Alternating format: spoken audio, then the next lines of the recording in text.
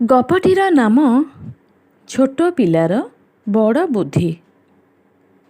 ଶ୍ରାବଣ ମାସ, ରାତିସାରା ଝିପିଝିପି ବର୍ଷା ହେଉଥାଏ। 12 ବର୍ଷ ବୟସର ବାଳକ ସରବା ନିଘୋଡ଼ ନିଦରେ ଶୋଇଯାଇଛି। ରାତି ପାଇ ସକାଳ ହେଲା, ତଥାପି ସରବାର ନିଦ ଭାଙ୍ଗିନି। ହଠାତ୍ କାହାର ପାଟି ଶୁଣି ସରବାର ନିଦ ଭାଙ୍ଗିଗଲା। ଧଡ଼ପଡ଼ ହୋଇ ବିଛଣାରୁ ଉଠିଲା ସରବା।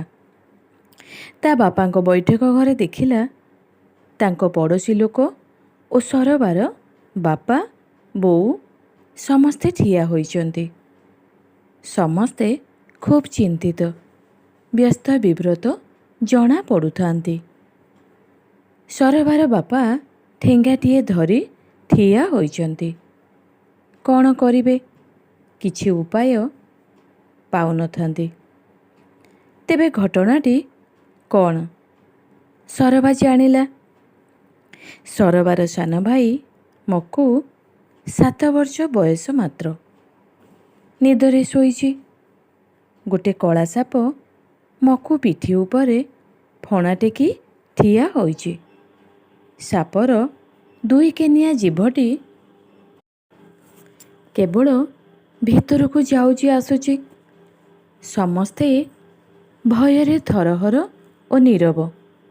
ଏ ଦୃଶ୍ୟ ଦେଖି ସରବା କହିଲା, ଆପଣମାନେ ସମସ୍ତେ ଧୈର୍ଯ୍ୟର ସହିତ ନୀରବରେ ଅପେକ୍ଷା କରି ରୁହନ୍ତୁ। କିଛି ଗୋଟେ ଉପାୟ ଚିନ୍ତା କରିବା।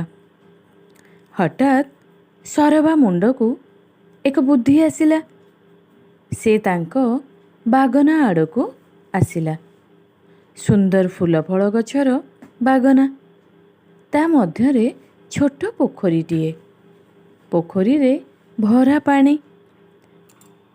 ସରବା ଦେଖିଲା ପୋଖରୀ କୂଳରେ ଏପଟେ ସେପଟେ କେତେ ଗୁଡ଼ାଏ ବେଙ୍ଗ ବସିଛନ୍ତି।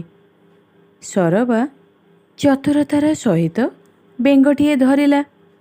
ତାପରେ ଘର ମଧ୍ୟକୁ ପ୍ରବେଶ କରି ବେଙ୍ଗ ଗୋଡ଼ରେ ଏକ ଲମ୍ବା ସୂତା ବାନ୍ଧିଦେଲା।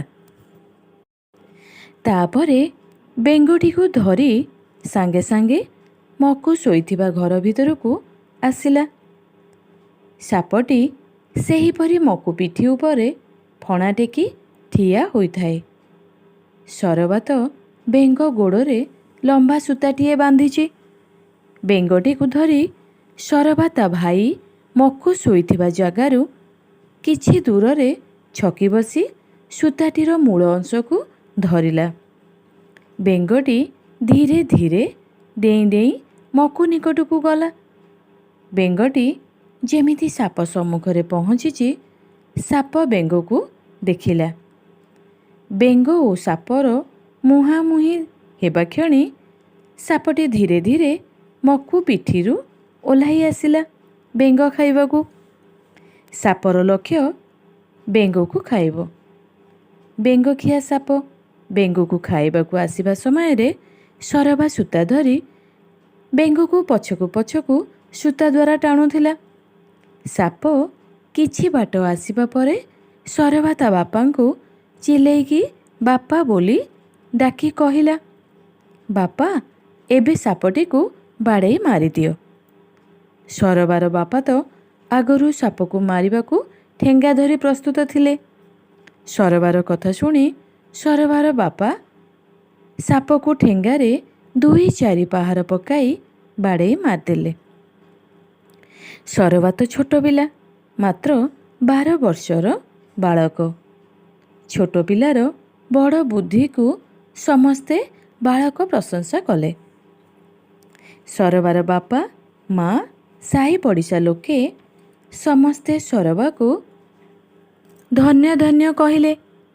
ସରବାର ବୋଉ ପୁଅ ମକୁକୁ ଆନନ୍ଦରେ କୋଳେଇ ନେଲେ। ସମସ୍ତେ ସରବାକୁ କହିଲେ, ସରବା, ତୁ ଛୋଟ ପିଲା ହେଲେ ବି ତୋର ବଡ଼ ବୁଦ୍ଧି ଦେଖି ଆମ ସମସ୍ତଙ୍କୁ ଆଶ୍ଚର୍ଯ୍ୟ କରିଦେଲା।